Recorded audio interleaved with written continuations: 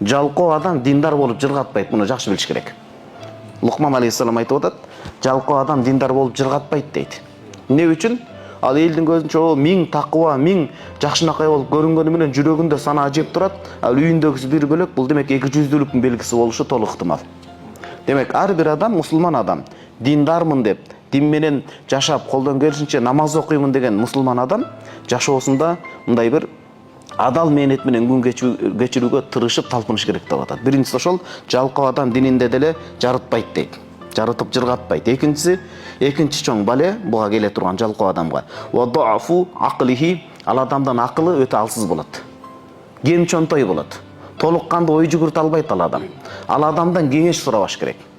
Өзү курсагы эси тартып, күнүмдүк тамак аш менен алек болуп, күнүмдүк тамак аштан курсагын кампыйтып тойгузуудан ары ойлоно албаган адамдан кантип биз ишенип кеңеш сурайбыз?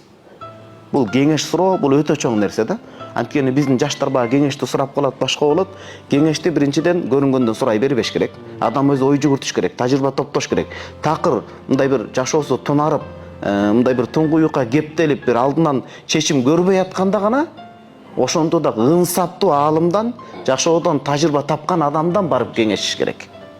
Кеңешкенде дагы ал нерсени анан акылы менен кабыл алыш керек болот адамда. Карасаңыз